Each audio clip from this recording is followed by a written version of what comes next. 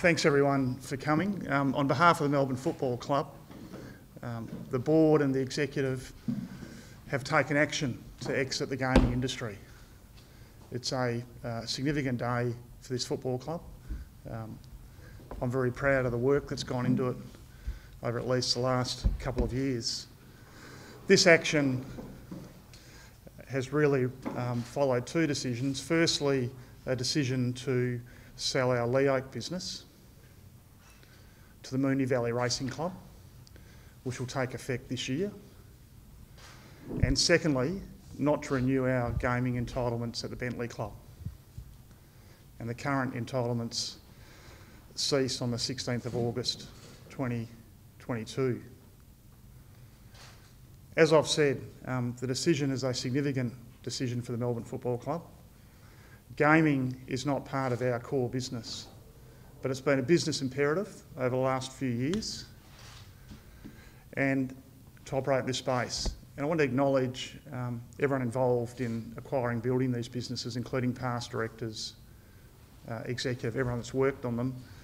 But the time has come, and after a lot of careful consideration of a number of factors, the board and the executive decided it was time to exit the gaming industry. What I want to say to members and supporters of the club is that the club is in the strongest financial position it's ever been. And that's thanks to the hard work of a lot of people, the support, a lot of people including sponsors, members, supporters, foundation heroes, coterie, a whole range of people. But it enables us to make this hard decision to transition from a club that's been reliant on gaming income to a club that strong and stable, that will not be reliant on gaming income, that will refocus its core focus on football and its core activities, and we back ourselves in to grow in those areas. It was not a decision taken lightly. As I said, we've been working on it for at least a couple of years. There's a range of factors, including community sentiment around operating gaming machines, around business factors, a range of factors in that space, and where we're going to take this football club. We're very confident. We went to market and we obtained the best commercial outcome for the sale of Lee Oak, and we're very confident about that. We're very happy as a board and executive group that we've got to this position, and it's really in the best interests of the football club at this point in time to take the decision and take action to exit gaming. I want to stress that whilst it's a significant day, these sort of decisions do not happen overnight. It has taken some time, and they can't be done without considering a range of factors. It wasn't taken lightly, and a lot of hard work by a lot of people. I'd like to particularly acknowledge our board and our whole executive group, and in particular our CEO Peter Jackson, our CFO David Chippendall, and our Chief Commercial Officer George de Crepney for leading the negotiations, and also like to thank the Moonee Valley Racing Club. As I said, a significant day. I'm really proud of our group, the work that's been done to achieve this decision to exit the gaming industry. At this point, Peter Jackson and I'd be happy to take any questions that you may have. How much revenue has this contributed to the club annually? It's a good question, but the revenue, it produces, the gaming revenue from both venues produces a net profit of about 2 million, and we're not comparing like and like. If we grow our core income by 4 to 5 mil, we can replace that net income, and we've got some time to do that, and obviously a capital base as well. So just to be clear, does that take $2 million off the bottom line for the club? Not immediately. Over time it will. How do you make up for that shortfall in money? Look, there's a range of things. As I've said, there's a lot of financial modelling that's been done. We've looked at this for some time. We're backing in terms of growing our club, in terms of members, supporters, which we're doing, our commercial partnerships, a range of things, and we'll be looking obviously for continued support and growth and backing in our football team as well. We certainly didn't take the decision lightly, and we wouldn't do anything that would jeopardise the financial future of this club. Quite the contrary. A lot of hard work's gone to get to this point to enable us to make this decision. What was the key reason you decided to walk away? Look, as I said, there's a lot of factors. Clearly there's a fair community sentiment around operating in the gaming space, but we made the best business decision for this footy club. And in terms of, there's obviously a capital result in terms of selling Leake. There's also focusing our core business and refocusing on our core business. Now, football clubs like us aren't big in terms of their management structure, and so to refocus on what is our core business and to grow that income, we felt was best to set up this club, not just for now, but for our next generation of members. Glenn, I think Richard Boyd has made no secret of that. In fact, I think he even used the word hate. Yep. Hate spoken. How much or any AFL pressure was there in this decision? Yeah, Sam, no pressure at all. This was a club-led decision, no pressure. There's no financial assistance from the AFL. It was a club-led decision. We've been working on this, as I said, for at least 2 years. And look, our view is we focus on what's the best thing for our football club. And as I said, absolutely no pressure at all. And we're very happy to have got to this point.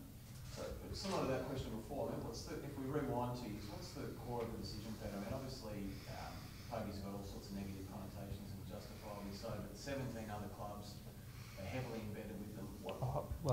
Not all 17, Sam, but I think, as Glenn said, we started this.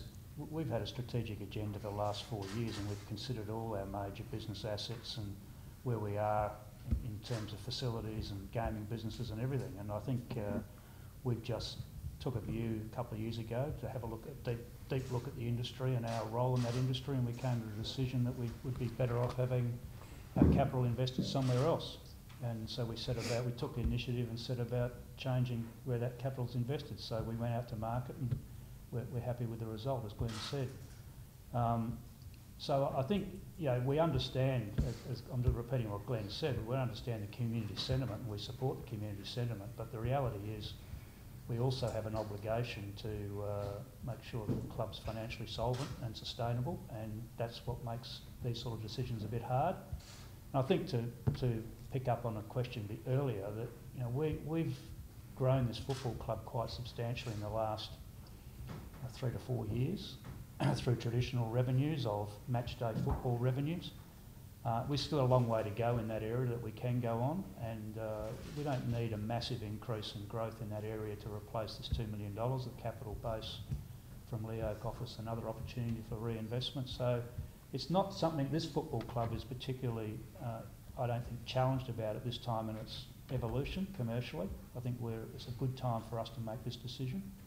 Other clubs would speak for themselves. Sam, I can't comment on their position. But to speak frankly, you're happy to take a short-term hit for the greater good? Well, yeah, there's a whole lot of factors that go into this. We've probably got 2 to 3 years to readjust, I would have thought. We've got the capital base. We can draw a bit on that as a cash flow to start with. The sale of Leoke doesn't take effect till the 31st of July. The Bentley decision doesn't take effect till 2022. So we've got time to transition and readjust. So it's not as if it's going to just be whack. If suddenly, $2 million off the bottom line, we wouldn't be that crazy to put something like that in place. So we've got time to transition. But I've since the day I got involved with this football club, I've been confident about the commercial capacity of this club if we got the club right, and we needed to get it right. Off-field from a management point of view and on-field from a football point of view, and we're getting there, and I think we can make this decision, and supporters and members should be pleased we have made this decision. So I think the club's can be in a pretty good place going forward. I guess that's the thing, the culture of this club. Fans, a lot of these fans will go, oh, that's great, you're moving away from pokies, but they'll have very strong memories of, debt demolition and Jimmy really having to get the club to step up. How confident do you think that these fans can be? There's all we talk about on the field, but then off the field. Well, let me put it this way. Glenn said it's not a like-for-like comparison between gaming revenue and revenue you get out of football, and he's absolutely right. So if you take the gaming revenue out of the equation, you would have to increase the rest of our normal revenue by about 10% to replace. So that's not a big ask where this football club has been over the last few years and has grown to become profitable, to become stronger financially. That 10% growth is not huge. We don't want to rely entirely on our footy team. We've got other ideas. We're doing a lot of other strategic work. We've got a big investment in new fans growth. We're doing a lot of work on facilities and where we might land one day in that space. So all those things, when you put them all together over a 2 to 3 year period, leaves you with the opportunity to be commercially strong without gaming. I know in some ways it's an unfair question, but you came from a club that had, you know, investments, that had grand strategic plans and everything, and you come to a club that was in a totally different space. How does Melbourne now compare to a financially, you know, if you look at that model? You can't compare the two clubs. There's a whole lot of reasons that make it different. Sheer scale of supporter base is one. The other one is the venue they operate, the site that Essendon operated out of, and the opportunities that presented versus this club does not have its own facility that it can commercialise. But notwithstanding, I mean, you can't aim to be a Collingwood or an Essendon or a Hawthorn. You've got to aim to be what you can be yourself. Within that context, this club can be commercially sound, in my opinion, and move on and become stronger commercially without the need for gaming machines. Put it this way, it's a decision you never would have contemplated, never in your wildest dreams would have contemplated 3 or 4 years ago. It just would have. Well, we couldn't have done that. No, that is absolutely right. Where we are on the commercial evolution of this football club in its modern history, we can make that decision today. Yes. From where else, you talk about growing the fan base, but where else will you cover this extra revenue? I know you're talking about 10%, but where else can you see it coming from? Well, I think, you know, our match day attendances went through the 800,000 mark last year. We finished 9th and missed the finals. First time in history we've gone through 800,000. We had the 5th most number of attendees in the whole competition, playing games interstate, home games, and also playing some games in Launceston and Canberra. So, you know, that's a fantastic effort when you think about where this football club's been. So, you know, we get a decent footy team and we start to grow. You know, there's the AFL talks about negotiating improved match returns at Etihad Stadium and the MCC, so that helps. You invest the capital you've got out of Leo, that helps. Now there's all sorts of different ways. If we can land on a spot with facilities over the next 12 months, we're not suggesting at all we'll have a new facility in 12 months, but land on a spot where we might be able to go into the future, depending on the commercial outcomes of that.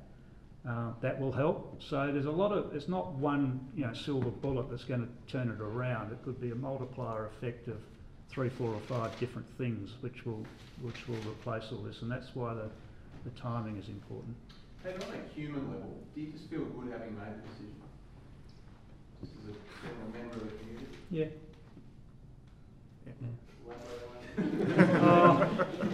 Yeah. I'm only hesitating. I was on the inaugural board of Victorian Responsible Gambling Foundation after I left Essendon, so I get it. I don't think that necessarily means all wagering and all gaming is evil, but I do get what the issues are.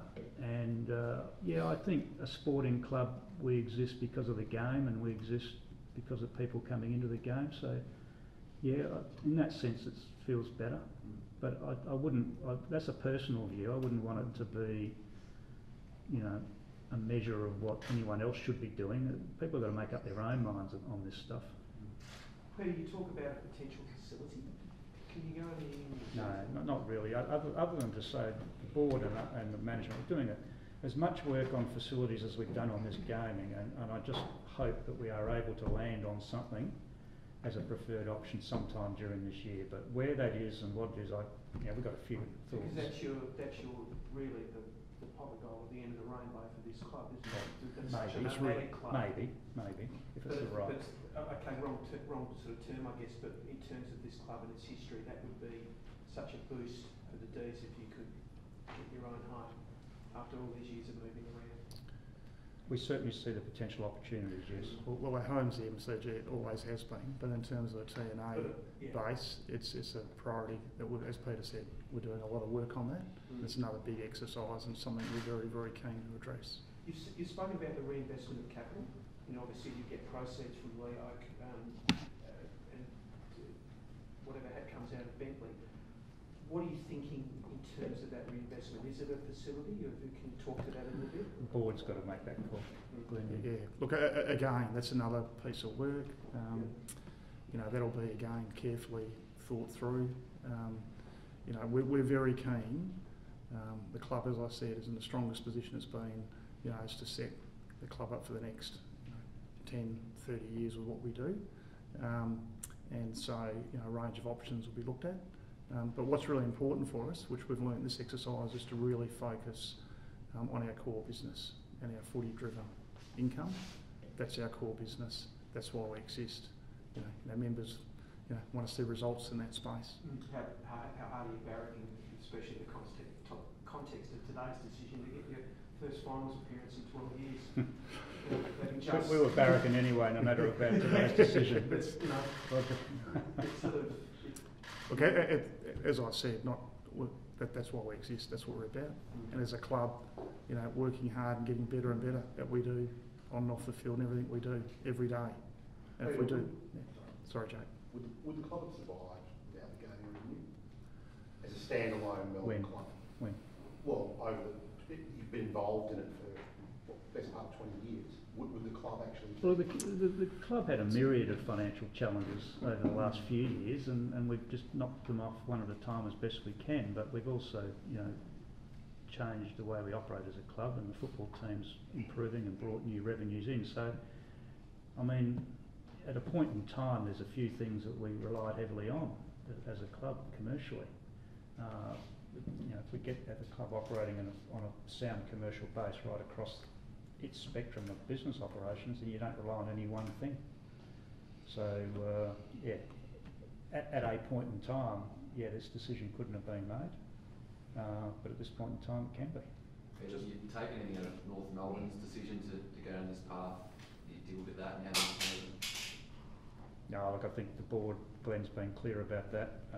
We've all been clear. This is an independent decision. The football club, we started the analysis of what we should do from our own perspective. We didn't really take into account, other clubs have got to make up their own minds about these sorts of things and what they do and what their needs are. We have done this completely independently as the Melbourne Football Club and come to this decision that way. Just in terms of the nuts and bolts, how many machines and entitlements are you relinquishing? So at Lee Oak, 92, and at Bentley Club, 88. And just to clarify the revenue figure, Peter, it's about 2 million net. Per year, Yeah, that's in our annual report. That's a public number that anyone can look up. It's there.